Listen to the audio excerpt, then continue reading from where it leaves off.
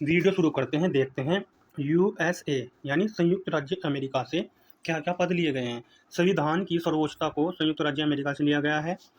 न्यायिक समीक्षा, न्यायिक पुनरावलोकन, उपराष्ट्रपति से संबंधित व्यवस्था, फंडामेंटल राइट्स यानी मौलिक अधिकार, राष्ट्रपति व उच्चतम न्यायालय के न्यायाधीशों को हटाने की प्रक्रिया। ये सभी के सभी पद संयुक्त राज्य अमेरिका से लिए गए हैं। अब आगे बढ़ते हैं, देखते हैं। मोस्ट इंपॉर्टेंट पॉइंट है सभी के सभी बिंदु। मौलिक कर्तव्य यानी मौलिक को मूल भी बोल सकते हैं, मूल कर्तव्य इनको बोलते हैं इंग्लिश में फंडामेंटल ड्यूटीज। जो मौलिक कर्तव्य हैं भाग 4A में, या इसको बोल सकते हैं 4K, या इसको रोमन अंकों में इस प्रकार लिख सकते हैं। तो मौलिक कर्तव्य जो आते हैं भाग 4A में आते हैं, और आर्टिकल है 51A, या आर्टिकल को बोलते हैं हिंदी में अनुच्छेद 51A या 51K। किस देश से लिए गए मौलिक कर्तव्य? मोस्ट इंपॉर्टेंट है, रूस से लिए गए हैं। यानी 42वां संविधान संशोधन 1976 में हुआ। 42वां संविधान संशोधन 1976 में हुआ तब। यानी जो मौलिक कर्तव्य हैं, मौलिक कर्तव्य 11 हैं वर्तमान में, लेकिन जो 10 मौलिक कर्तव्य थे उनको 42वें संविधान संशोधन के द्वारा जोड़ा गया था। 42वें संविधान संशोधन के द्वारा कितने मौलिक कर्तव्यों को जोड़ा गया? 10 मौलिक कर्तव्यों को जोड़ा गया। कौन सी समिति थी जिसकी सिफारिशों पर जोड़े गए? मोस्ट इंपॉर्टेंट है कि मौलिक कर्तव्यों को किस समिति के द्वारा जोड़ा गया। तो किस समिति की सिफारिशों पर जोड़ा गया? इस प्रकार बोल सकते तो सरदार समन सिंह प्रधानमंत्री का कार्यकाल था उस टाइम पर, इंदिरा गांधी। लेकिन यहाँ पर हमको ध्यान रखना है कि 10 मौलिक कर्तव्य 42वें संविधान संशोधन द्वारा, और जो 11वां मौलिक कर्तव्य 86वां संविधान संशोधन 2002 के द्वारा जोड़ा गया था, 11वां मौलिक कर्तव्य। इससे आगे बढ़ते हैं, देखते हैं कुछ इंपॉर्टेंट। यानी वर्तमान में कितने मौलिक कर्तव्य? 11 मौलिक कर्तव्य हैं। तो इनमें से हम कुछ पर डिस्कस करते हैं। पहला मौलिक कर्तव्य संविधान, राष्ट्र ध्वज, राष्ट्र ज्ञान का आदर करना, ये हमारा मौलिक कर्तव्य है। देश की रक्षा और राष्ट्र की सेवा करना भी मौलिक कर्तव्य है। तीसरे नंबर पर राष्ट्र की संप्रभुता, एकता और अखंडता की रक्षा करना। सार्वजनिक संपत्ति को सुरक्षित रखना। नंबर 5 हिंसा से दूर रहना। नंबर 6 पर आपसी भाईचारा। 7वें नंबर पर प्राकृतिक वातावरण का संरक्षण और सुधार करना। वैज्ञानिक दृष्टिकोण, ज्ञान अर्जन की भावना का विकास करना। तो यदि हम डिटेल से पढ़ते हैं तो जो हमारे मौलिक कर्तव्य हैं उनमें से हम 11 मौलिक कर्तव्यों में से 8 पर चर्चा कर चुके हैं। आगे बढ़ते हैं, अब देखते हैं।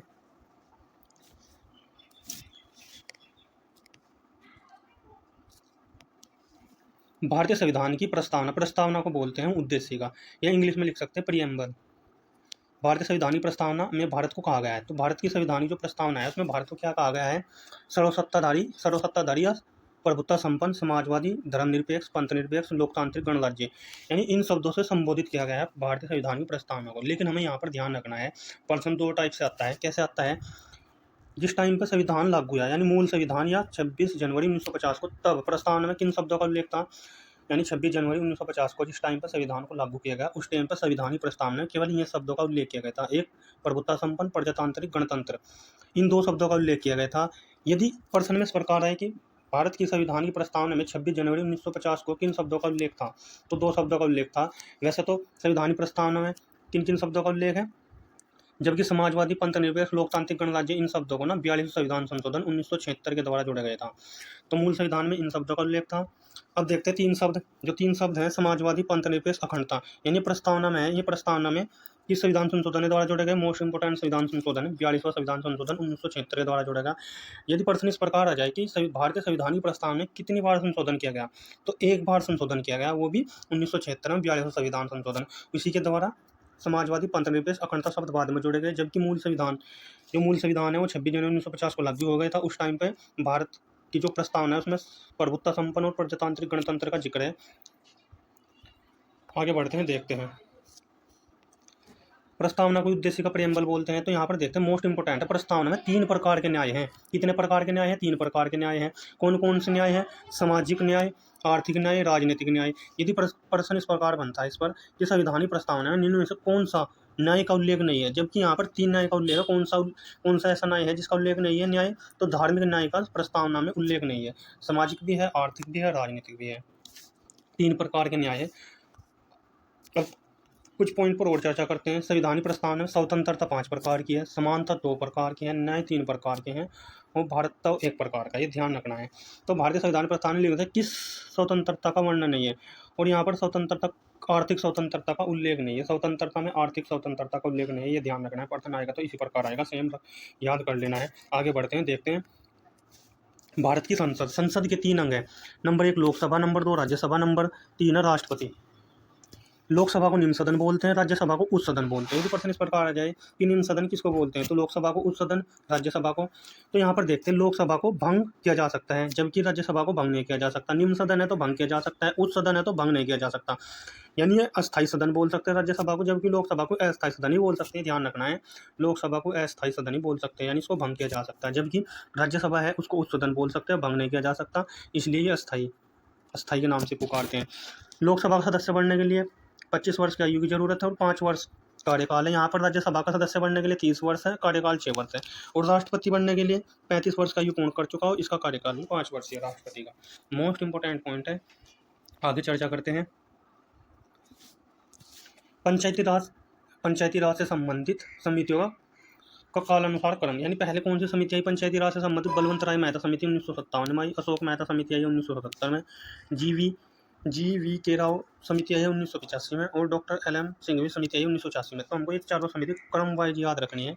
बलवंत, अशोक, GV, LM, कार्यकाल भी ध्यान रखना है और इनका क्रम भी याद रखना है।